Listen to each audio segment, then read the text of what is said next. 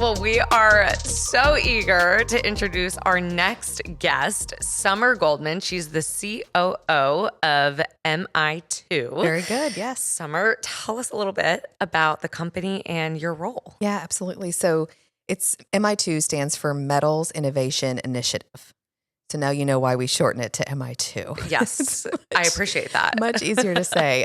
It's also super cool because it makes me think Mission Impossible. And so I'm doing the doot in my head. Oh my gosh, now I'm always going to think about that. Now you're always going to think about that. Yeah. I love it. So MI2 is a nonprofit. It's a Kentucky-based nonprofit. And it was founded in 2022. And our sole mission is to have folks, when they think of innovation in the metals industry, to think of Kentucky first. And so it's a lot of work. It's a lot of fun. We have a very good time. And the metals industry is the third largest employer in Kentucky. And I think people don't realize that. Did not realize that. Yep. Okay. So it's behind automotive and food and beverage. And aviation's up there too, right? Yeah, but not ahead of metals. Wow, that's amazing. Not ahead of metals. Yeah, I actually brought a can with me of water. I have a can of water. It's an aluminum can. And there's about a 50% chance that the aluminum in that can, or 50% of the aluminum, came out of the Commonwealth of Kentucky. I love that. Isn't that amazing? Yeah. So I tend to buy more cans than plastic now. Fair enough. But it's cool that the product comes out of Kentucky, right? The metals in Kentucky are aluminum, steel, and copper. Those are the primaries. It's cool that it came out of Kentucky, but the can represents all the thousands of people, like 36,000 people, are employed by the metals industry in Kentucky. And so you think about these are good paying jobs with career paths. You think about them using those salaries to buy goods and services in the state of Kentucky and support the economy. You think about their kiddos having the ability to go to any of our fine universities and technical colleges that we have. And so it starts to get bigger, right? And so that's the work of MI2. We want people to think of Kentucky when they think of metals innovation. And so what we do is we partner with government, with innovators. So you think of startups, definitely the universities, private researchers, anyone that's in workforce development or economic development. We partner all of them together to work on strategic focus areas that are important to the metals industry. So this year, the big three for us are talent workforce, of course. Okay. Technology innovation, very appropriate for today. Yes, it is. And sustainability, which we'll actually get into a little bit too as well. It's hard to talk about technology innovation without talking about sustainability. So I love it. Yeah. So when you think, I guess just artificial intelligence, let's start there. What comes to mind in the metal industry when you think AI? Just how broad it is. It's actually, I kind of liken AI to the metals industry. So we've already hit on, there's all these different kinds of metals, but there's also a lot of different work in the metals industry. So you've got the raw metal that has to be processed so that somebody can make something out of it, all the way to manufacturers who are using a fabricated component, a metal component. So that's super broad. Well, AI to me is super broad. AI is, we all know about ChatGPT. I'm sure we're going to talk about that at some point. But in the metals industry, it can range anywhere from AI-enabled robotics to smart algorithms to machine learning. So it's very broad. And how would you describe MI2's kind of current relationship to using AI in its operations? Yeah. So we don't use it a ton necessarily in our operations, but AI in and of itself is very, very important to the work we do. So one of the work groups that I just mentioned was the technology innovation. So we have actually already done this. We've identified problems within the metals industry in Kentucky that we believe can be solved through technology. And so now we are sourcing those technologies to pilot in the organizations. And AI is absolutely one of those. So when we talk about how AI is integrated with MI2, we believe that it's a potential solution to a problem in the metals industry. And what are some of those problems that you're looking to tackle? There's a huge list. Okay. There's a huge list. So Give us the top Yeah, ones. I know. There's a lot. So the maintenance of the equipment is so important. Oh, yeah. That equipment is expensive. We need to be able to predict issues before they happen, and we can do that with AI. We can also set up preventative maintenance plans with AI so you don't have downtime. So you get back to the can, right? To this aluminum really can in front of me. Yeah. Number one, it's expensive, but it's also, if there's downtime, what does that do to the person that's employed there, right? Mhm. And so you want to avoid those things. Quality control for sure. So you think about machine learning, but using that to enhance the quality control and make sure the product that leaves our state is really, really good. You can forecast supply and demand. We were talking about that a little bit as we walked in, but forecast supply and demand. And then this is, I keep saying this one's my favorite. There's so many favorites, but we can use AI to optimize the usage and manage demand for energy, which is a big deal because you think about a win-win. It's an economic and an environmental impact, a positive impact. That's Well, good. talk a little bit about that. Give us an example. So, great example. There is obviously these plants use a lot of energy, and there's a lot of heat that is required to process metal in any way. And so, the last thing you want to do is use a lot of fossil fuels to create a lot of heat and then lose the heat, Yeah. right? It's wasted. It's heat waste is actually the term. And so there's different applications that we can use to, number one, identify where we're losing heat, and then to also prevent the loss of the heat, and then also make sure that the energy usage makes sense. So All it's, through AI. yeah, That's incredible. That does bring up a lot of um, just I've written a lot about AI in manufacturing context. So that kind of brings to mind for me a lot of other examples, such as using AI to kind of just create different models of a manufacturing floor, kind of just the different ways that you could, instead of like, back in the old days, you maybe have to get like a whole team to think it through. It's like, okay, if we put this machine there, what impact on the energy usage would that have? Now you can have AI just instantly create multiple different kind of floor plans with information embedded in that about, how much energy would be used in this one, what's the most efficient.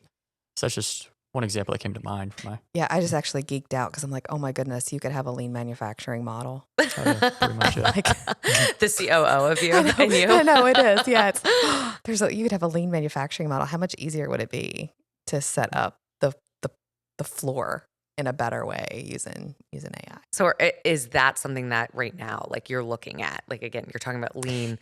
That piece hasn't played in. We're more concerned with the equipment, with the energy use, which with safety in the workplace. How can we move metals? Like for example, move metals within a plant with automated, um, autonomous, vehicles.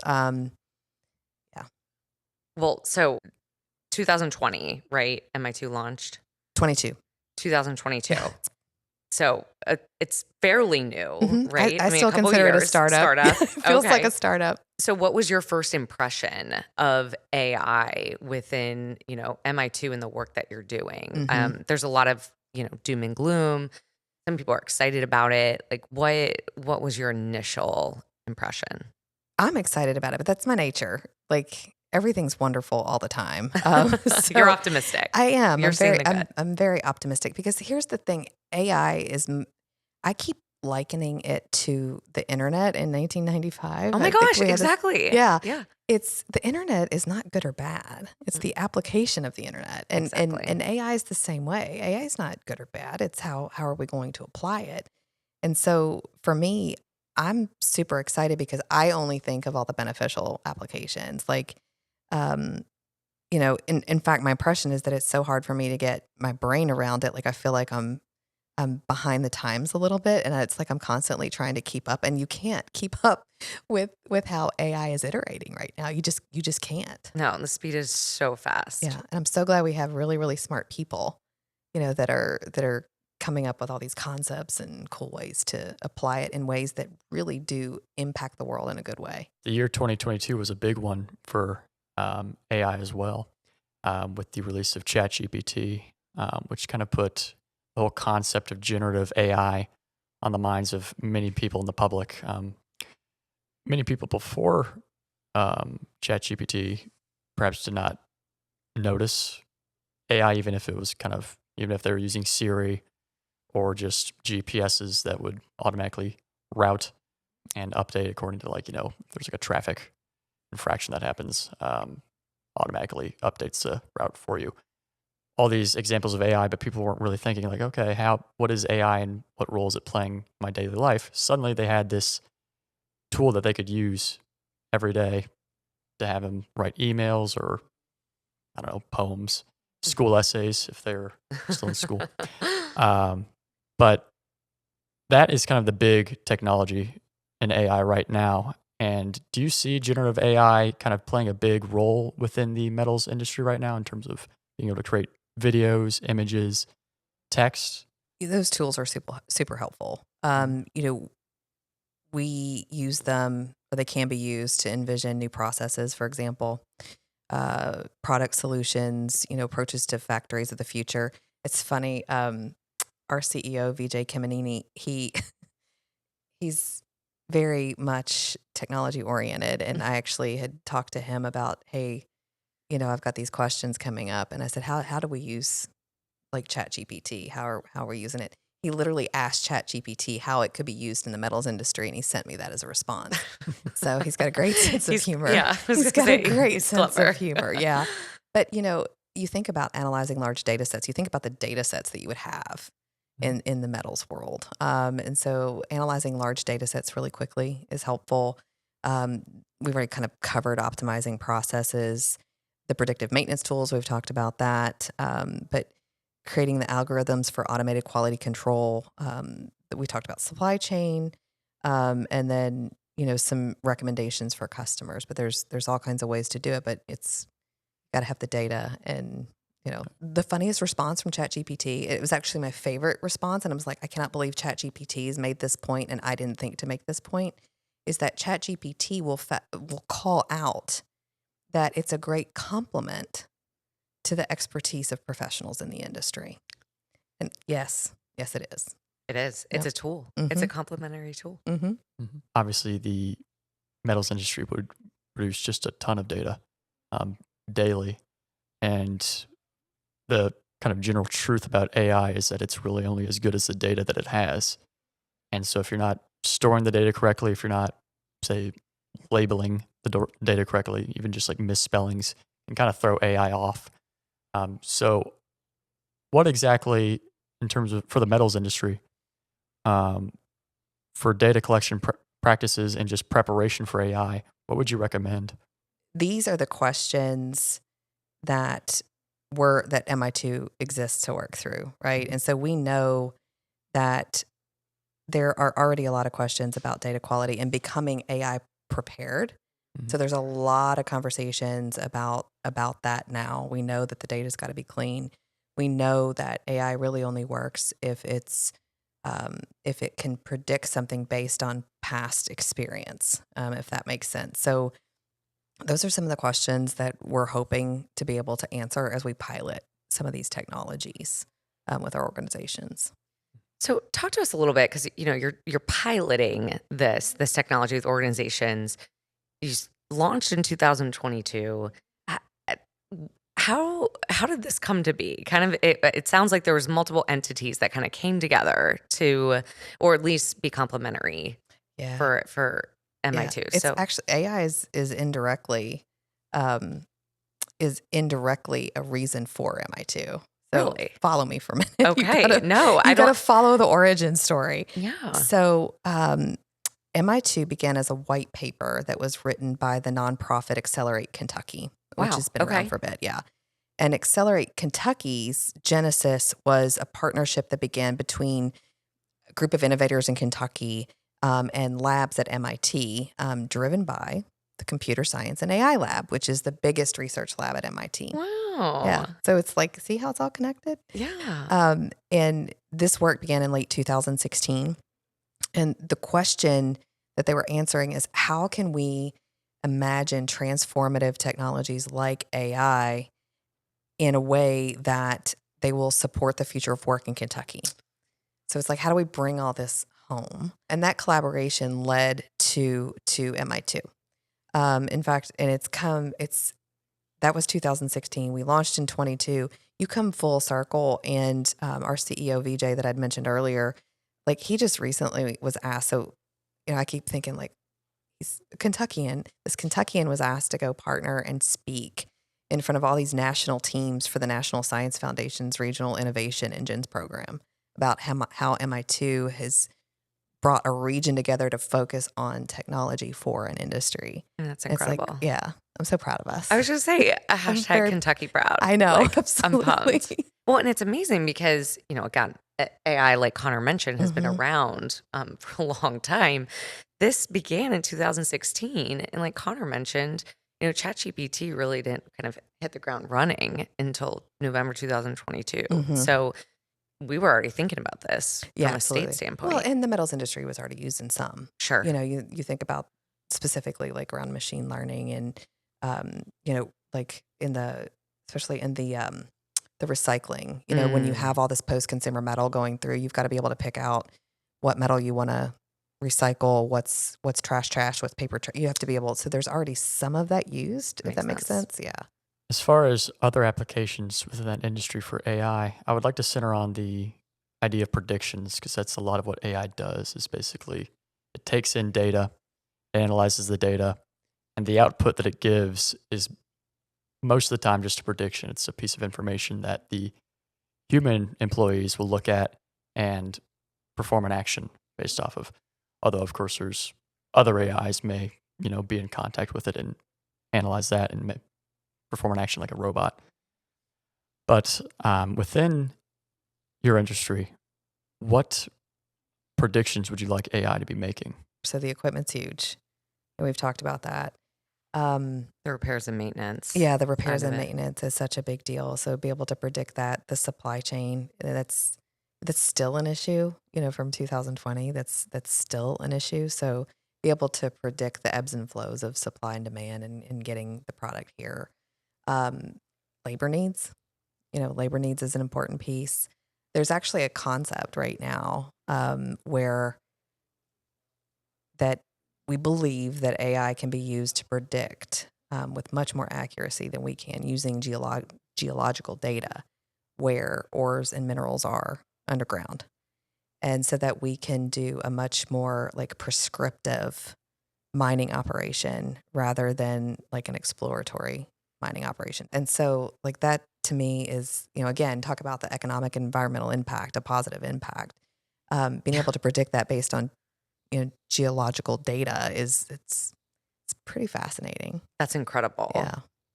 Yeah, just the scale and speed with which AI is able to analyze data and create decisions, predictions based off of that is really kind of the huge draw for it across pretty much all the industries. Is they can take in pretty much what we could call an inhuman amount of data, such as about like weather patterns and within a certain geographic area, they could say, should we really set up shop there?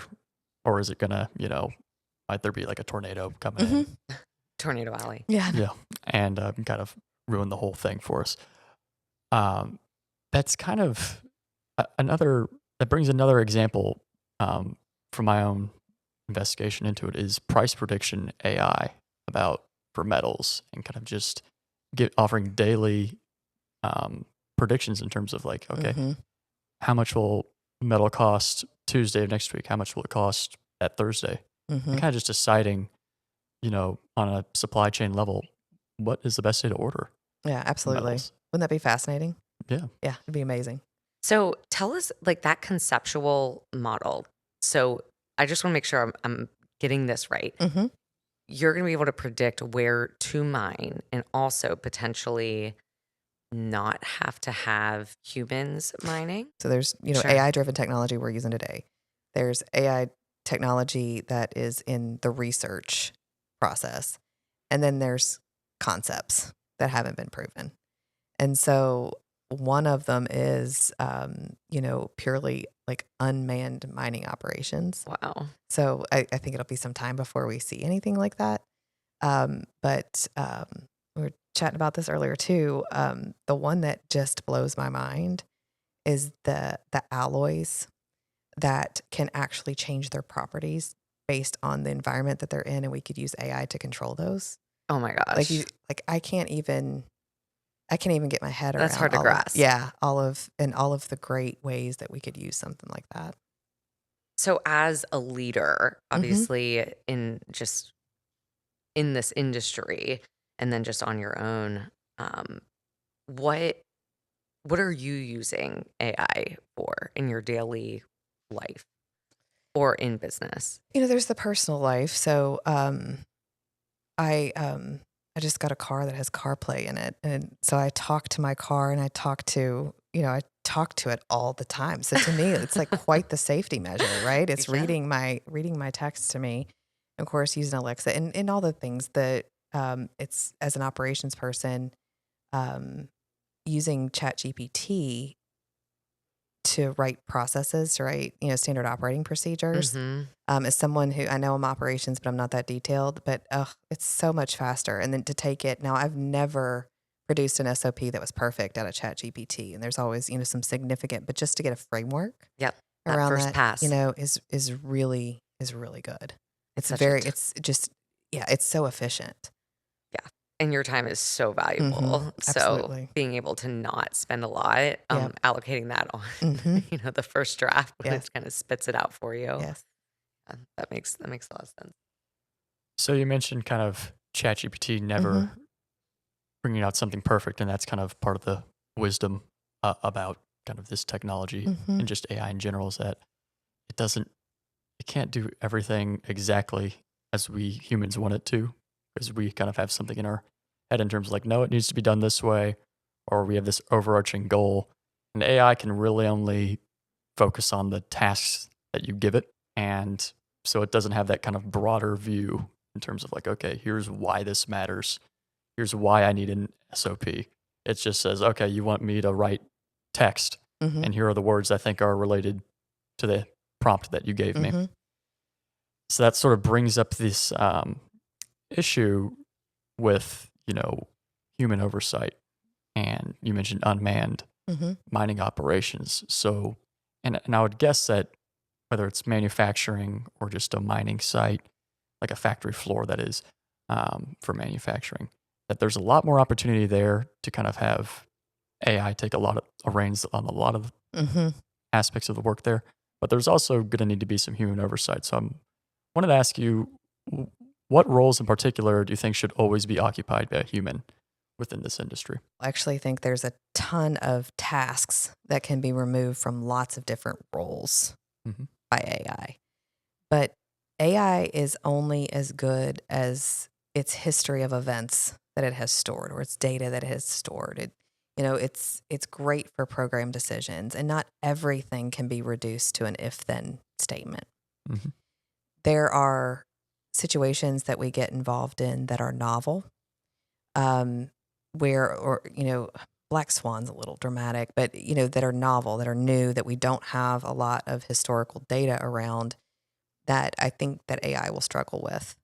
I also think that there's decisions that we make on a daily basis as humans where we're, and actually we could get into our entire philosophical conversation about this. Ooh, I'm excited. I know, where we trust our gut, which actually the definition of gut is that your body's reacting to past experience, right? So, but there are situations that we get in where we have to just make decisions based on our gut, or that are best decided by our fight or flight response, or some response that is a combination of our body responding and our brain responding. That AI can't do that. Um, and so there's always going to be that piece that humans will have to be involved in. As well as just emotions. Hmm. AI famously cannot feel emotions. Yeah. It's a machine. Hmm. Yeah, doesn't have that human consciousness. Yes. Which brings us to, from an ethical standpoint, there's a lot of, I know I mentioned it earlier, doom and gloom, but there's not as many people and businesses focused on the ethical part. How is MI2, focused on creating policies around how you're using AI and this technology within the company, or even just from an industry standpoint? Yeah, that's not specifically a conversation I've been involved in. I know those conversations are being had, so I don't want to speak on behalf of a conversation I've not been involved in. One piece that I think of, I actually do personally spend some time thinking about, is really how it's going to be regulated. Because anytime there's an ethical question, there's also a legal question, right? in a lot of ways. And so, especially with the metals industry, because they're global companies. So if Europe has a different policy or regulation on the use of AI, whether it be machine learning or whatever, than the US does, how does that impact these industries? And does it, it's, How's it affecting yeah, us? it can get big and complicated really, really quickly. Oh, good. I'm glad you're the COO and not me. There's some really smart people in this industry. I guarantee they're going to get it figured out fast, but it's not figured out yet. So Mhm. And part of that is just that AI is just moving so fast, is. and that the human ability to adapt to it is perhaps, Mm-hmm. it's just a very huge challenge Yeah. compared to, how quickly Silicon Valley can move, Yeah. which we're learning can be like a jackrabbit, basically, Mhm. just very, very quickly. But that kind of brings to mind for me just over the past year and a half, so much has changed in AI. We've gone from, oh, this ChatGPT can, can write like a little poem for me to, oh my God, now it's making, full blown videos. Mhm. And it's almost like nothing. It's almost like, oh, of course you can do that. Yeah. Yeah, why Um, not? So what have you specifically noticed about AI in the past year that's really excited you or just caught your attention? Where I get excited about AI, and this should not be a surprise because I think I've said it repeatedly, is where it can improve job quality, right? And then also like the positive environmental impact that it can have. Great example right now, we're in the process of finishing up issuing 2 requests for proposal. One of them is to write a 5-year clean energy plan to increase the usage of clean energy in an affordable and dependable way for the metals industry in Kentucky. Had these RFPs been released maybe even 2 years ago, I don't think I would have had the expectation that I have now that AI modeling will be a part of it. 2 years ago, I that would not have been an assumption I made. Now, it could have been, right? I mean, it could have been a part of it, but it would not have been an assumption I would have made, where now I'm assuming that AI will be a part of solving these 2 problems. That kind of brings up for me kind of just how each individual person within their role is probably going to be interacting with AI to some capacity. And what AI is often pitched as is as like, this sort of Swiss Army knife kind of assistant that you can have kind of at your beck and call, whether it's to write an email or anything. But what within your particular role would you like to be able to delegate to AI? Like there are times where there's problems that I need to solve that I don't know that I'm considering all aspects. And if there's a way to get AI to make me think bigger and broader than what I would sitting at my desk by myself, that would be pretty awesome. Because again, being a more efficient, productive human, um, that'd be awesome if AI could do that. It probably can. I just need to go research it and figure it out. So are there any other, obviously MI2, you talked about the creation and development of that. Are there any other industries that you all are partnering with or looking to collaborate um, with MI2? Yeah, MI2 in and of itself, like literally our tagline, there's 2 words that always stick out to me: collaborative and transparent. We are, in fact, everything we do is public.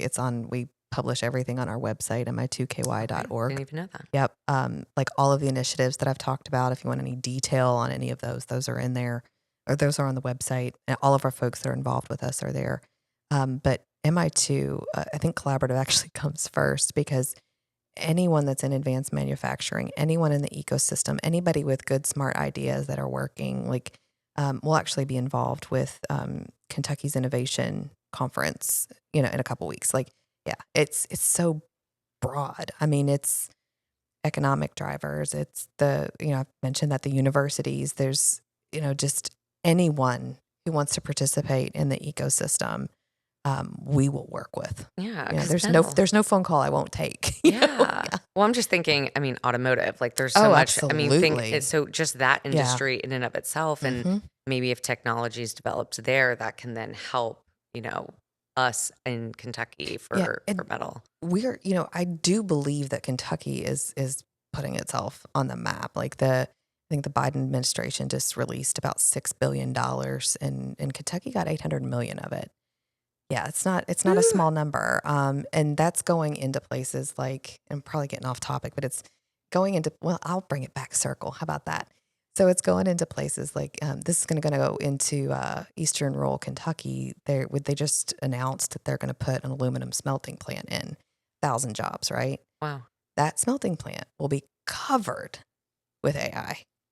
You think about machine learning, autonomous vehicles, like it will be, the equipment maintenance, the preventative maintenance, like that plant will be covered with AI tools that are partnering with humans in a really positive way. That's incredible. Yeah, isn't that So cool? this is official. This is happening. It's well, the news said it is. So there was a press release. There we go. Yeah, Okay. it's going to take a minute, but there was a press I'm release. gonna have to do some research after that. That's I'll send you the amazing. article. I've got it. Yeah. Yeah, that's amazing. Yeah. So I'm pretty much writing about, on an average week, I write about AI pretty much every day. Yeah. That's intimidating to me. And still, like, I'll be, researching articles, just looking through, the latest news, and there's still always something I'm like, I had no idea that was happening. Mm-hmm. And it leaves me with a bunch of questions. And so that kind of, so I was wondering what questions you might have about AI that you would want answered. With the way that you followed it, like, what are your concerns? What questions are we not asking ourselves? Because I believe that there's questions we're not asking ourselves yet that we need to be thinking through. Mm-hmm. Probably security-wise, Mm-hmm. just I would say like the cybersecurity threats of like, being able to create like AI kind of software packages that someone would get on the dark web and just start running, and it'll just immediately just start, whether it's a DDoS attack, like, distributed denial of service, and just shut down like a pipeline. Grid system. Yeah, that's already happening though, right? Yeah, but just making it so much more, it's like you Mhm. don't need any real technical expertise, so that any kind of bad actor can kind of get Got it. that kind of stuff concerns me. It's just the criminal applications of it. But I do think there are, I guess I do feel like I need to balance it out a little bit, so that it can be like things like OpenAI's Sora, allowing kind of people with less kind of experience or just not as many resources to kind of just like small business, for example, like a mom and pop store suddenly being able to produce video that it may not otherwise be able to afford, can kind of help it, level the playing ground a little bit. I think, and you're speaking to Summer, your point earlier. It's all about who's using it. Mhm. Like, is it in the Or how hands it's of being good? applied. Yeah. Exactly. Mm-hmm. Any last words of wisdom that you would like to leave the audience with in regards to AI or MI2? I'm passionate about the state of Kentucky, about the Commonwealth, and I'm so honored to get to be a part of the work that MI2 is doing to support the metals industry in Kentucky. And kind of like a kid in a candy store, because I feel like I have a front row seat to how AI is going to be a part of that. And I'm just very much looking forward to it. It's amazing. So, Summer, if people want to get in touch with you, Mhm. where do they go? All of our contact information is on mi2ky.org. Fantastic. Yeah, my email address is summer.goldman@mi2ky.org. Love it. Well, thank you very much. You've Thank been you. amazing. This is very insightful. So, everyone go visit the website, Yes. learn a little bit more, and Kentucky Proud. Yep, absolutely. Thank you. Yeah, thanks for coming on. Thank you.